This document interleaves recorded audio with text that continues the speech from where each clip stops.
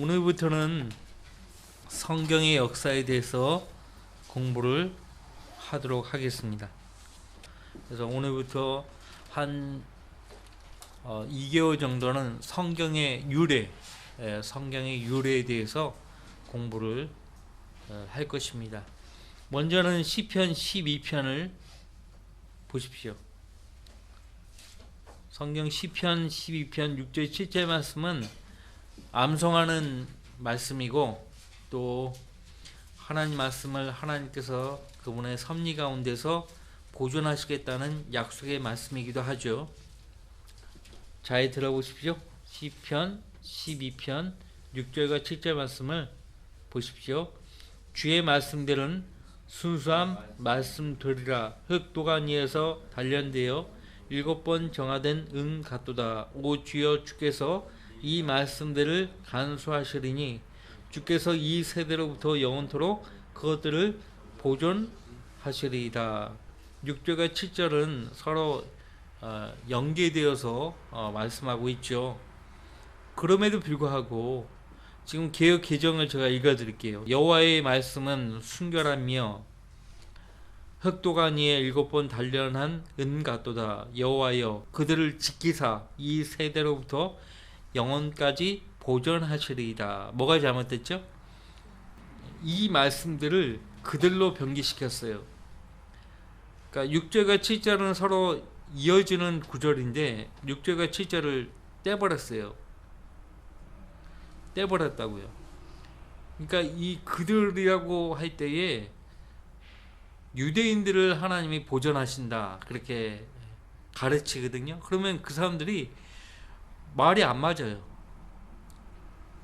하나님께서 유대인들을 버리시고 교회에 아브라함의 복을 주셨다, 그렇게 가르치면서 시편 12편의 이 7절 말씀은 굳이 유대인들이라고 그렇게 우기는 거예요. 그 사람들이 유대인들을 그렇게 좋아하지도 않아요. 무슨 말인지 아시겠어요? 그러니까 하나님이 섭리로 그분의 말씀을 지키시겠다, 보존하시겠다는 약속의 말씀인데 그것을 인정하지 않는 거예요. 인정하지 않는 거예요. 그래서 앞뒤가 안 맞죠. 그 사람들의 주장은. 제가 하는 말이 무슨 말인지 아실 거예요. 주의 말씀들은 순수한 말씀들이라. 흙도간 위에서 단련되어 7번 정하된 은 같도다. 오 주여, 주께서 이 말씀들을 간수하시리니 주께서 이 세대로부터 영원토록 그것들을 보존하시리이다.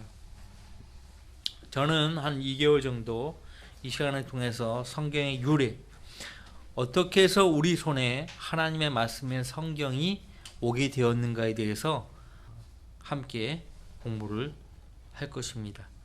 하나님께서 자신을 계시하실 때 그분이 창조하신 만물을 통해서 자신을 계시하셨죠.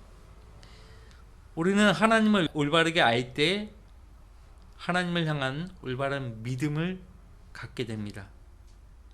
그래서 하나님은 자신을요, 온 인류에게 나타내시는데 여러 가지 방법을 통해서 나타내십니다. 첫 번째가 앞서 언급했듯이 하나님은 친히 자신이 창조하신 만물을 통해서 자신을 나타내십니다. 대표적인 구절이 시편 19편 1절 말씀이고요. 로마서 2장 19절 20절 말씀에 이는 하나님을 알만한 것이 그들 속에 나타나 있기 때문이니, 사람들 속에 하나님 알만한 것이 나타나 있다라고 말씀하고 있고요. 하나님께서 그것을 그들에게 보이셨음이라고 말씀하고 있습니다. 하나님 분명히 보이셨어요. 사람들은 변명할 수 없어요. 하나님이 안 계신다라고 우길 수가 없어요. 세상의 창조 때부터 그분에 속한 보이지 않는 것들이 분명히 보여졌고, 심지어는 그분의 영원한 능력과 신격까지도 만들어진 것들에 의해 알려졌으므로 그들이 변명하지 못하느니라. 사람의 모양을 보세요. 사람의 모양은 완벽히, 물론 영이 죽어 태어난 존재지만은 하나님의 모습대로, 하나님 형상대로 지음받은 것이에요. 근데 사실 현재 우리의 모습은 창세기 5장에서 말하고 있듯이 아담의 타락한 아담의 모습이죠. 응? 그러니까 죄를 지은 아담의 모습이에요. 그러니까 완전한 모습은 아니에요. 완전한 모습이 아니기 때문에 예수님께서 오실 때 그분과 같은 영광스러운 몸으로 우리의 천한 몸을 변모시켜야 돼요. 그래야만 하나님이 계신 하늘나라에서 영원히 살 수 있는 거예요. 하늘에 적합한 몸을 입어야 돼요. 현재 우리는 땅에 적합한 몸을 입고 있는 거예요. 고린도전서 15장에서 말씀하고 있죠. 현재 이 육신은 땅에 속한 것이에요. 땅에 적합한 것이에요. 이것으로는 하늘로 가서 영원히 살 수가 없어요. 자, 하나님은 창조하신 하늘들을, 그 하늘들은 그분의 영광을 선포하고 있죠.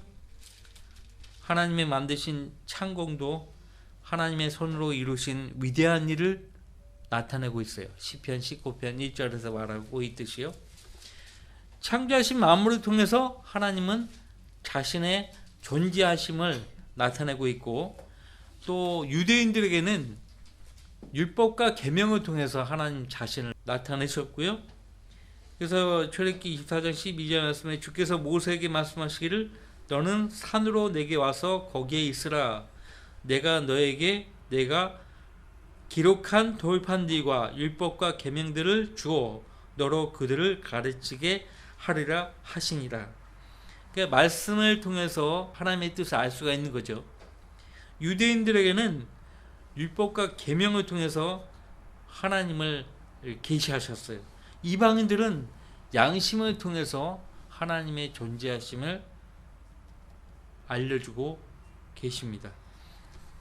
로마서 2장 14절 15절 말씀에 율법이 없는 이방인들이, 율법 없이 태어났잖아요. 우리가 다, 그렇죠? 이방인들이 본성으로 율법에 있는 이들을 행할 때에는 율법이 없어도 이것들이 스스로에게 율법이 되나니 그들의 양심도 증거하고 그들의 이성이 송사하거나 서로 변명하여 그들의 마음에 기록된 율법의 행위를 보여주느니라. 창세기에 보면 아비멜렉이 나오죠. 아비멜렉 왕이 아브라함의 아내 사라가 그 아내인지 모르고 아브라함이 누이라고 했으니까 누이인 줄 알고 그녀를 자기 아내로 삼으려고 했다가 한밤중에 하나님께서 꿈속에 아비멜렉에게 나타나서 손대지 말라고, 아브라함의 아내라고 말씀하셨기 때문에 자신의 뜻을 단념했죠. 그때 아비멜렉은 양심이 남의 아내를 건드려서는 안 된다는 법이 있었어요. 양심의 법, 그죠? 이방인들은 마음에 기록된, 양심에 기록된 율법의 행위를 스스로 보여주는 것이에요. 이것이 양심을 통해서 하나님께서 자신에 관해 알려주셨다는 증거죠. 그 다음에 예수님을 통해서 하나님은 자신을 나타내 주셨습니다.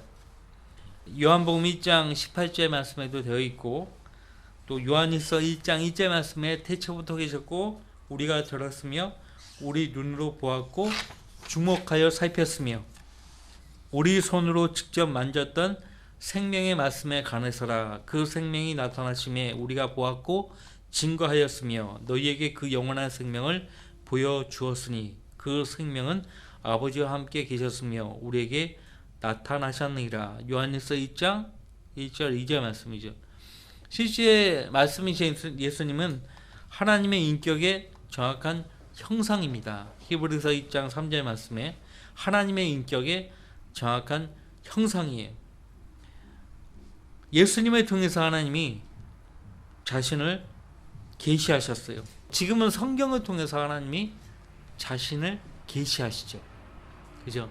지금은요, 성경이 이제 기록되어서 우리 손에 완전히 들려진 그때 이후로는 하나님께서 예전에 구약 성경에 보면 꿈이나 환상이나 그렇게 말씀하지 않으세요. 지금은 기록된 말씀을 통해서만 하나님 말씀하신다고. 이 점을 모르죠.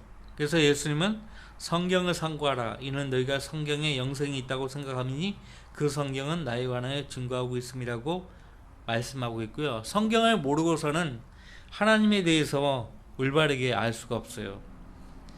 그죠? 성경에 무지하고서는 하나님을 알 수가 없다니까요. 자, 성경은 하나님의 영감으로 기록된 책이에요. 영감이 뭐죠? 영감 들어보셨죠? 영감이 뭐예요? 영감, 하나님의 호흡이에요. 하나님의 입김이라고요. 하나님의 호흡이에요. 하나님의 호흡. 제가 지금 이 시간을 통해서 하는 말들을 여러분들 잘 들으셔야 돼요. 예. 여러분이 읽고 믿고 따르고 있는 여러분의 그 성경이 그냥 온 거 아니에요. 예.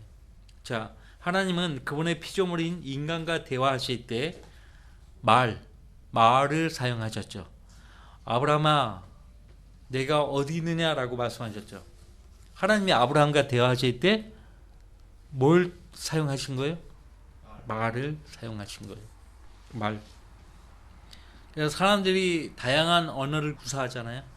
그 모든 언어를 다 하나님이 알고 있단 말이에요. 예. 자, 구약에서 직접 하나님이 말을 통해서 말씀하시는 음성을 통해서 사람들과 대화하셨어요. 그렇죠? 아담도 그렇고 아브라함도 그렇고 모세도 그렇고 사무엘 다 하나님께서 직접 말씀을 하셔서 친구처럼 대화를 한 거예요. 그래서 직접적인 말씀을 하심으로써 하나님은 자신을 나타내셨는데 이것은 성경이 기록되기 전에 하나님이 사용하신 방법이었습니다. 이제는 하나님께서 어떤 방법으로 우리 사람과 대화를 하실까요? 기록된 이 성경, 기록된 말씀을 통해서 우리와 대화하시는 거예요. 우리는 이 성경을 통해서 하나님 말씀을 듣고요. 우리는 기도로 우리의 요청들을 아뢰는 거예요. 예. 자, 이 기록된 하나님 말씀이 성경입니다. 기록된 하나님 말씀이 뭐라고요? 성경이에요. 헬라어로 그라페라고 합니다. 그라페. 성경은 하나님께서 친히 직접 들려주시는 음성보다 더 확실합니다. 베드로서 2장 16절로 19절 말씀에 사도 베드로가요, 그때 우리에게 들려주신 그 음성보다 더 확실한 예언의 말씀이 우리에게 있다라고 했어요. 그래서 주님 오실 때까지 너희 마음속에 날이 새어 샛별이 떠오르기까지 예언의 말씀에 내가 주의하는 것이 잘하는 것이라고 독려하고 있어요. 우리에게 이 음성은, 그러니까 이는 내 사랑하는 아들이요 그 안에서 내가 매우 기뻐하노라. 마태복음 17장에서 변화하셨잖아요. 변화산에서 변화하셨어요. 그때 하늘로부터 들려온 음성이었어요. 근데 이 음성은 우리가 그와 함께 거룩한 산에 있을 때 하늘에서 나온 것을 들은 것이라. 그러니까 뭐 변화산이라고 따로 있는 것이 아니고 신의 산입니다. 성경에서 거룩한 산 하면 신의 산이에요. 호렙산이라고도 부르고 신의 산입니다. 율법을 주신 산이죠.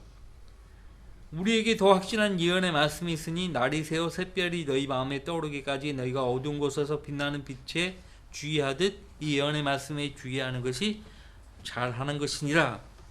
그래서 기록된 말씀이 성경인데 오늘날에는 하나님께서 이 기록된 말씀을 통해서 자신을 계시하시고 그분의 자녀들과 교제하시는 거예요.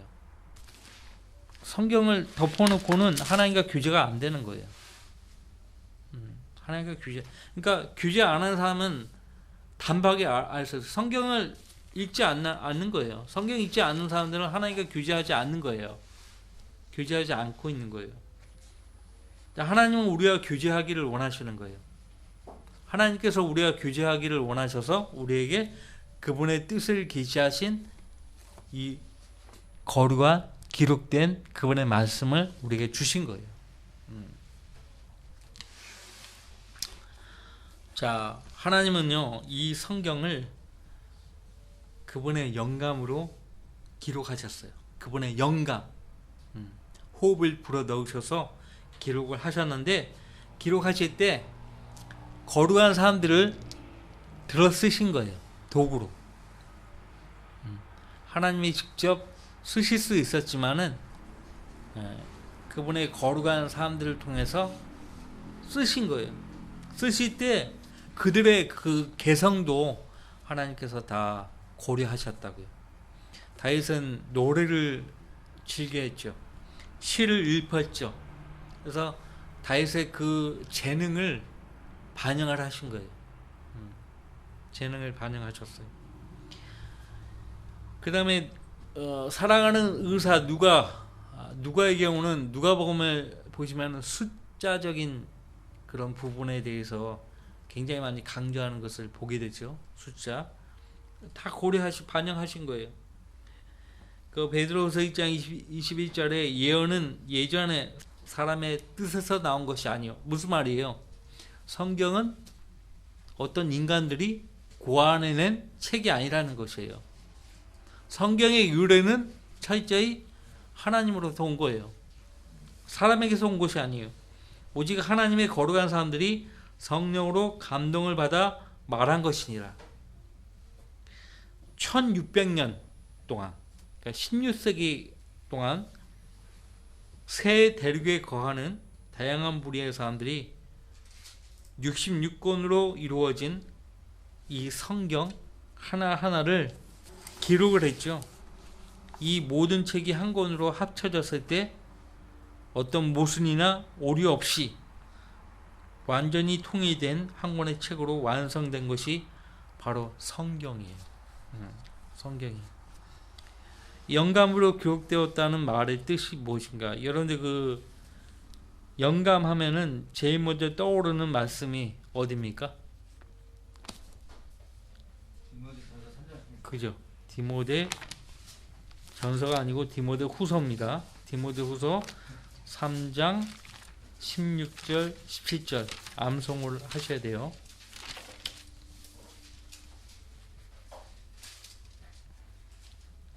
지금 제가 전하는 이 말들을 여러분들이 잘 경청하셔야 돼요.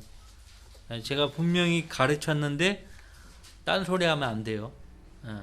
딴소리 하면 안 돼요. 자, 디모데후서 3장 16절 17절 모든 성경은 하나님의 영감으로 주어진 것으로 교리와 책망과 바로잡음과 의로 훈육하게 유익하니 이는 하나님의 사람이 온전하게 되며 모든 선한 일에 철저히 구비되게 하려 함이니라. 구약 성경은 39권으로 구성되어 있죠. 신약 성경은 27권으로 구성되어 있는데 그 공동 번역이나 가톨릭에서 쓰는 공동 번역이나 이렇게 보면 외경이 들어가 있어요. 교리와 성경이 하나님 영감으로 우리에게 주어진 첫 번째 목적이 교리를 위함이라고 말씀하셨어요. 이 성경이 하나님 영감으로 주어지는 여기서 목적이거든요. 이 목적에 부합되지 않는 것들은 다 빼버린 거예요. 하나님께서. 무슨 말인지 아시겠죠? 외경은 여기에 부합되지 않아요. 교리와 책망과 바로잡음과 의로 훈육하게 유익하지 않기 때문에 외경은 빼버린 거예요. 첫 번째 외경은 무엇보다 하나님 영감으로 기록되지도 않았어요. 기록되지도 않았어요. 하나님의 거룩한 사람들에 의해서 기록된 책이 아니에요. 그런 것들은. 영감, 여기 디모데후서 3장 16절 17절 이는 하나님의 사람이 온전하게 되며 모든 선한 일에 철저히 구비되게 하려 함이니라. 외경이나 이렇게 보면은 절대 여러분을 온전케 할 수 없고요. 모든 선한 일에 여러분을 철저하게 구비시킬 수도 없어요. 하나님이 그분의 영감으로 주신 이 성경이 기록된 목적에 부합되지 않은 것들은 성경에 넣지 않았어요. 포함시키지 않았어요. 영감이라는 말이 여기 디모데후서 3장 16절만 있는 것이 아니고요. 욥기 32장 8절 말씀에도 있는데 그러나 사람 안에는 영이 있고 전능하신 분의 영감이 그들에게 깨달음을 주시는도다. 예술가들이 영감을 얻었다라고 표현하잖아요. 영감을 얻었다. 근데 진짜 영감은 전능하신 분으로부터 오는 영감인데 그 영감만이 사람들에게 깨달음을 주신다고 말씀하고 있어요. 깨달음을 주시는 도다. 근데 개혁 성경에는요, 영감이라는 단어가 한 번도 등장하지 않아요. 전부 기온, 순결, 감동 이렇게 병기되어 있어요. 영감, 히브리어로 네시아마라고 되어 있는데요. 헬라어로 테오프니스토스. 그래서 하나님이 호흡을 불어넣으셨다는 뜻이고요. 성령의 감동을 받은 사람들이 하나님께서 호흡을 불어넣으신 말씀들을 기록하게 된 전체 과정을 영감이라고 말합니다. 다시 말씀드립니다. 영감은 하나님께서 호흡을 불어넣으셨다는 뜻인데요. 성령의 감동을 받은 사람들이 하나님께서 호흡을 불어넣으신 말씀들을 기록하게 된 전체 과정을 영감이라고 말합니다. 최초의 사람 아담이죠. 아담도 하나님의 영감의 산물이죠. 창세기 2장 7절 말씀에 주 하나님께서 땅의 흙으로 사람을 지으시고, 그러니까 흙으로 사람 육신을 몸을 만든 거예요. 몸의 형태를. 그의 콧구멍에다가 생명의 호흡을 불어넣으시니, 그 생명을 호흡할 때 그 호흡이 하나님 영감이에요. 생명의 호흡을 불어넣으시니 사람이 어떻게 되었다고? 살아있는 혼이 되었더라. 영감의 산물이에요. 영이 들어가니까 혼이 생기는 거예요. 그러니까 이 창세기 2장 7절 말씀에 따라요, 사람의 혼은 언제 생기는가를 알 수 있어요. 엄마 뱃속에서 그 탯줄로 엄마의 자양분뿐만 아니라 엄마의 그 산소도 아이가 공급받잖아요. 그죠? 엄마가 죽으면 아기도 죽는 거예요. 예. 그러니까 엄마가 죽으려고 그러면 아기를 빨리 꺼내잖아요. 빨리 수술해가지고 아기부터 살리려고 하잖아요. 의사가. 그런 거예요. 그것 때문에. 그러니까 아기가 이제 탯줄을 딱 끊는 순간 스스로 호흡을 하거든요. 예? 그때 혼이 생기는 거예요. 어쨌든 창세기 2장 7절 말씀을 통해서 우리 인간이 영감의 산물이라는 것이에요. 그 더 나아가서 사람의 혼은 언제 생기는가를 알 수가 있죠. 2장 7절 말씀이 아니면 그걸 규명해낼 수가 없어요. 그러니까 성경 기록자와 기록된 말씀을 다 포함시킵니다. 영감으로 기록되었다고 말할 때 그 대상은 문자 그대로 모든 성경입니다. 모든 성경은 하나님의 영감으로 주어진 것으로, 이때 당시에 바울 사도가 디모데에게 이 편지를 쓰고 있을 당시의 모든 성경은 구약 성경이었죠. 아직 그때는 신약 성경이 완성되지 않았어요. 구약 성경을 다 읽었고 구약 성경 가지고 설교했고 했었어요. 자, 모든 성경은요, 성경에 기록되어 있는 모든 단어 하나하나를 다 가리킵니다. 여기 지금 단어 하나하나가 다 하나님의 영감으로 주어진 것이에요. 주어진 하나님 말씀이에요. 그래서 모든 성경 할 때 헬라어에서 그라페라고 하고요. 영어 킹제임스 성경에서는 스크립처라고 되어 있어요. 스크립처. 기록된 것이라는 것이에요. 스크립처. 기록된 것. 그러니까 말씀 전체를, 성경 말씀 하나하나뿐만 아니라 성경 말씀 전체를 의미하는 것이에요. 예. 구약 성경이라고 했죠. 물론 지금에 와서는 신약 성경까지 다 가리키죠. 바울 사도가 쓰고 있던, 서신을 쓰고 있던 그 당시에는 구약 성경이었어요. 구약 성경. 예수님도 사탄과 대면할 때 어떻게 했어요?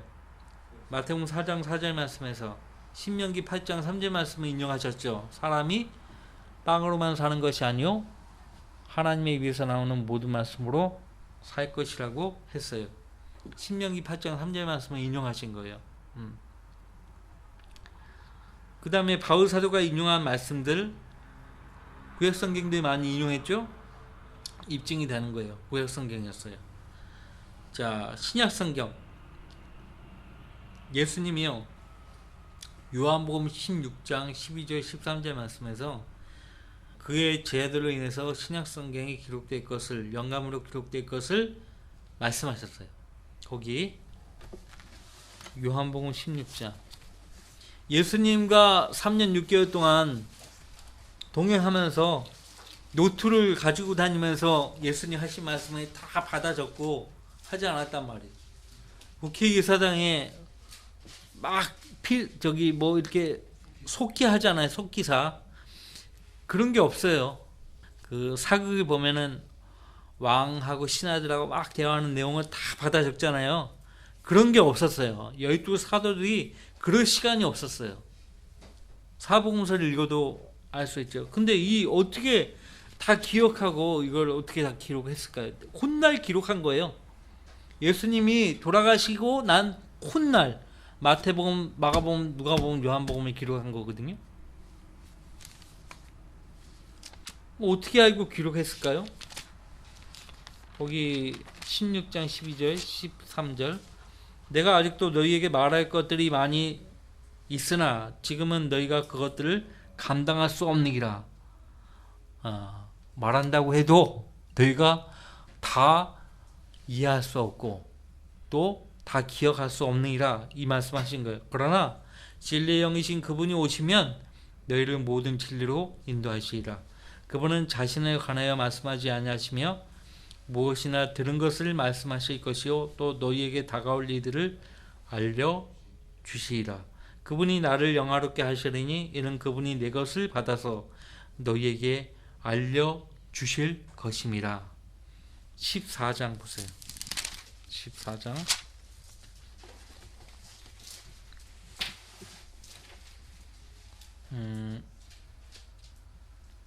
거기 14장 26절, 그러나 위로자이신 성령을 아버지께서 내 이름으로 보내시리니, 같이 읽어봐요. 그가 너희에게 모든 것들을 가르치시며 또 내가 너희에게 말한 모든 것들을 기억나게 하시리라. 밑줄 치고 기억하세요. 또 내가 너희에게 말한 모든 것들을 기억나게 하시리라. 그래서 마태복음, 마가복음, 누가복음, 요한복음에 예수님이 하신 말씀들을 다 기록한 거예요. 성령께서 그들에게 역사하신 거죠. 응? 자, 성경 보면요, 선지자들이 말한 것을 기록한 것도 있지만, 그죠? 기록하지 않은 것을 말한 것도 있어요. 기록하지 않은 것을 말한 것이 있어요. 이를테면 사도행전 20장 35절 말씀, 바울 사도가요, 사복음서 어디에도 그런 말씀이 없거든요. 주는 것이 받는 것보다 더 복되도다는 주 예수의 말씀을 기억하라고 했어요. 그런데 사복음서 어디에도 예수님이 직접 그 말씀하신 구절이 없거든요. 그러니까 그것은 분명히 예수님 말씀하신 건데 기록이 안 된 거예요. 무슨 말인지 아시겠죠? 예. 지금 하고 싶은 말이 굉장히 많은데 시간 관계상 지금 좀 내용을 좀 집약을 해서 꼭 필요한 말만 하고 있는 거예요. 지금 제가 굉장히 중요한 거예요. 그러니까 마지막으로 모든 성경은 최초의 원본뿐만 아니고 필사본, 번역본을 다 지칭한다는 거예요. 최초의 원본만 영감하다 그러면요, 우리는 주님과 교제를 못하는 거예요. 그러니까 오늘날 신학자들이 이구동성으로 입을 모아서 지금 현재 번역본들은 오류가 많다는 거예요. 사람이 기록했기 때문에, 번역을 했기 때문에 오류가 많고, 그렇기 때문에 오류가 많은 이 필사본들, 번역본들이 영감받을 리가 없다. 그러니까 원본에만 영감받았고 번역본, 필사본은 영감받지 않았다. 그렇게 일관되게 주장을 해요. 그렇게 말하는 저희가 뭔지 아세요?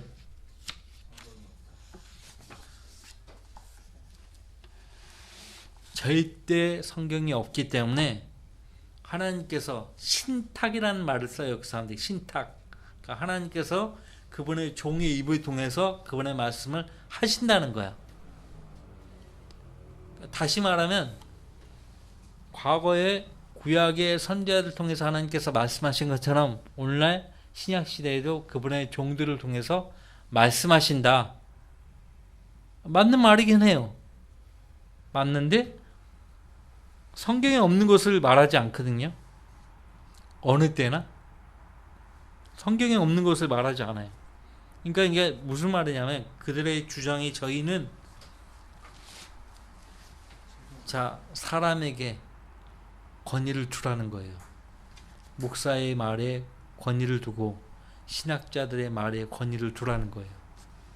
성경은 오류가 있으니까 이 지금 현대 번역본들은 오류투성이니까 그것들을 신뢰하지 말고 그분의 종의 입을 통해서 말씀하시는 것에 귀를 기울이라 이거예요.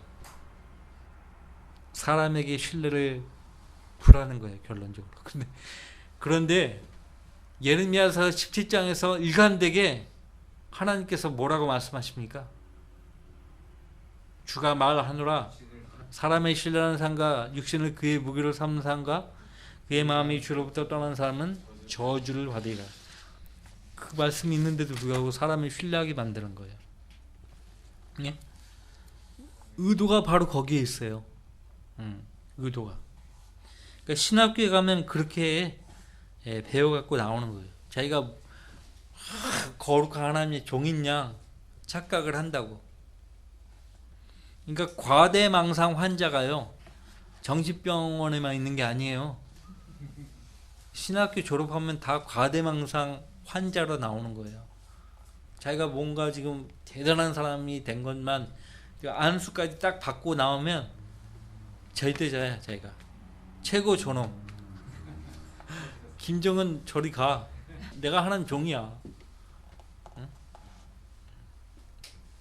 자, 그러니까 성경이 영감으로 기록된 전체 과정은요 하나님의 신비라고 말할 수밖에 없어요.